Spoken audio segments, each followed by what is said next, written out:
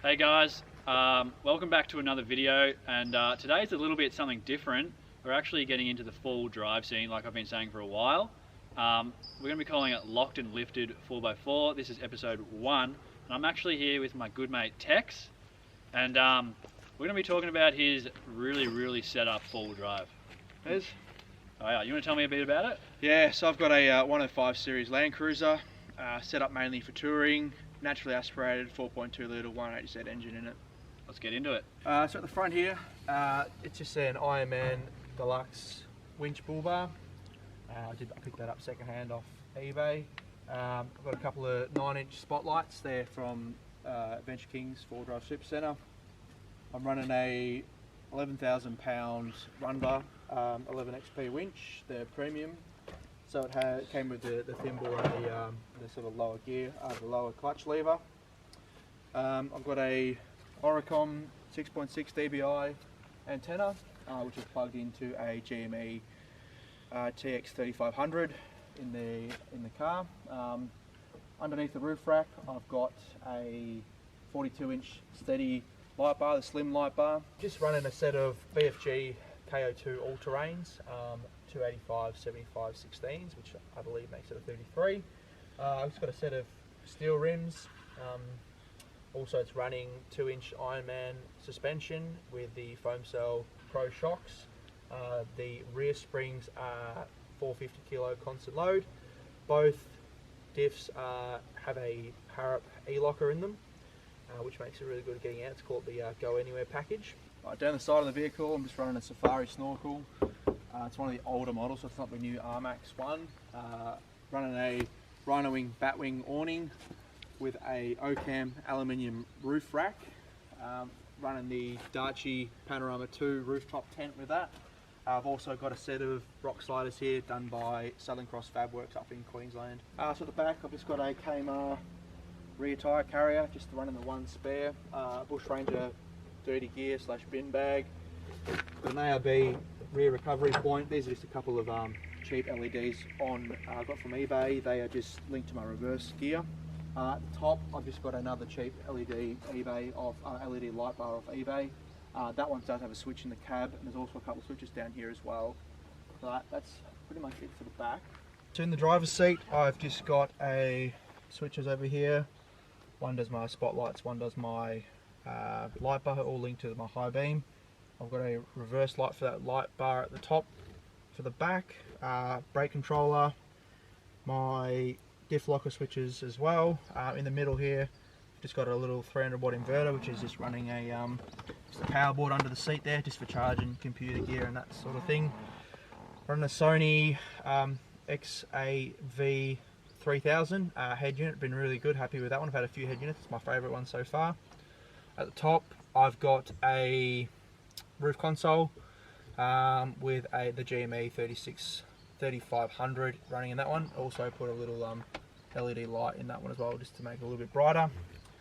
I also have just this thing here, just for my iPad, the window holder for running HEMA maps on the iPad when I'm in the outback. In the engine bay, it is pretty stock.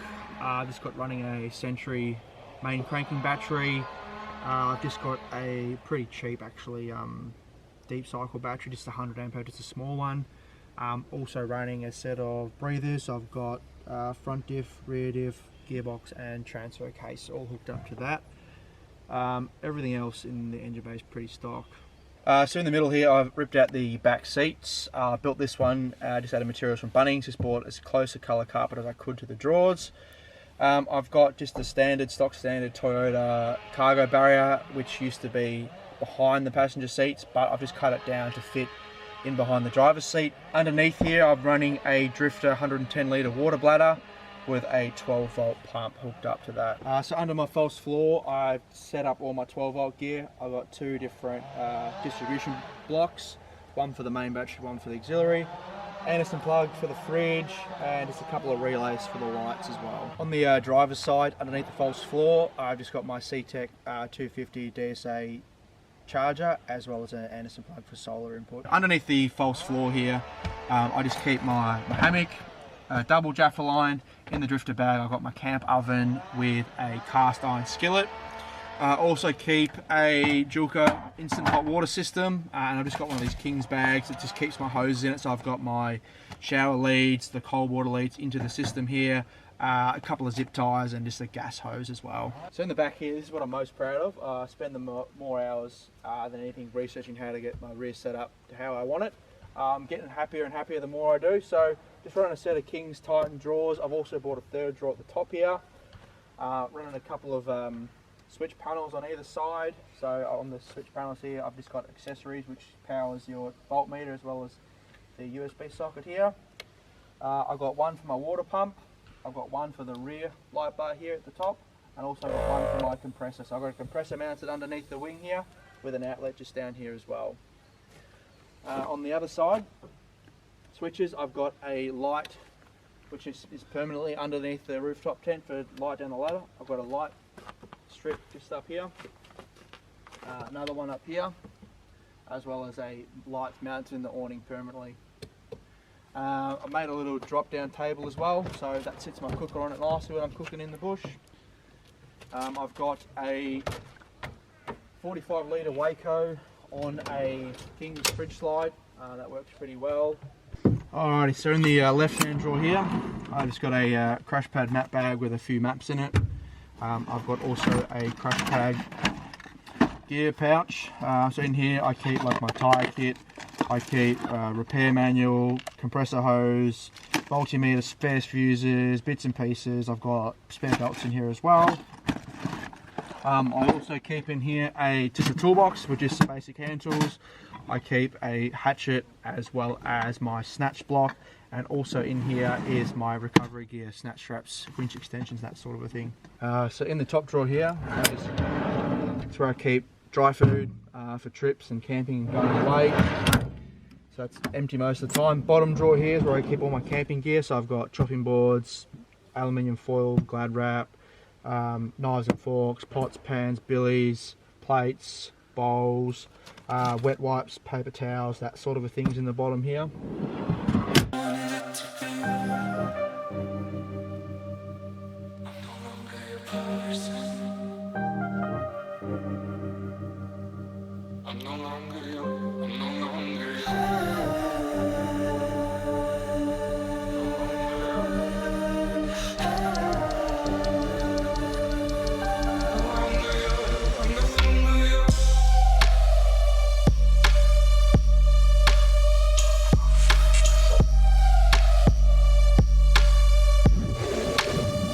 So this is my Panorama rooftop tent. Me and the missus did check out quite a few of them. This is our favourite by far.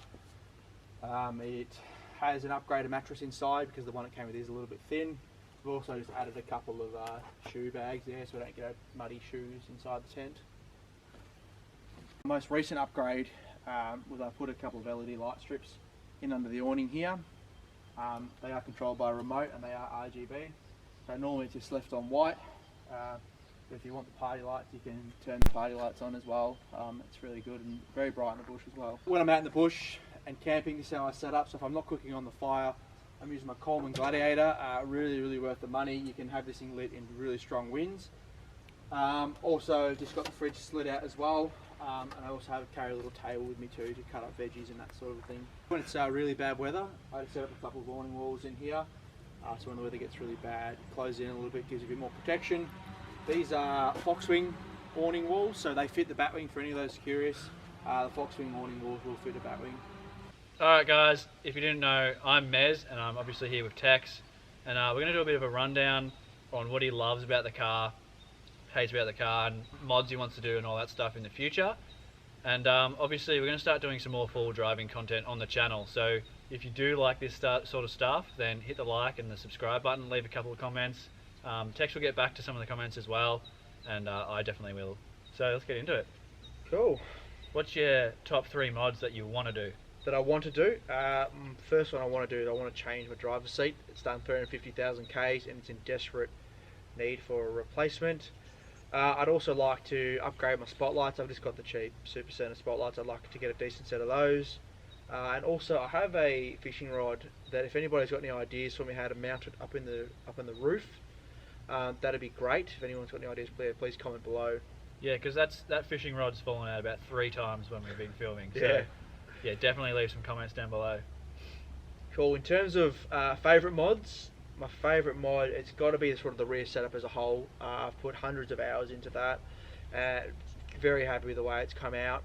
That configuration seems to work with me and my partner when we go camping.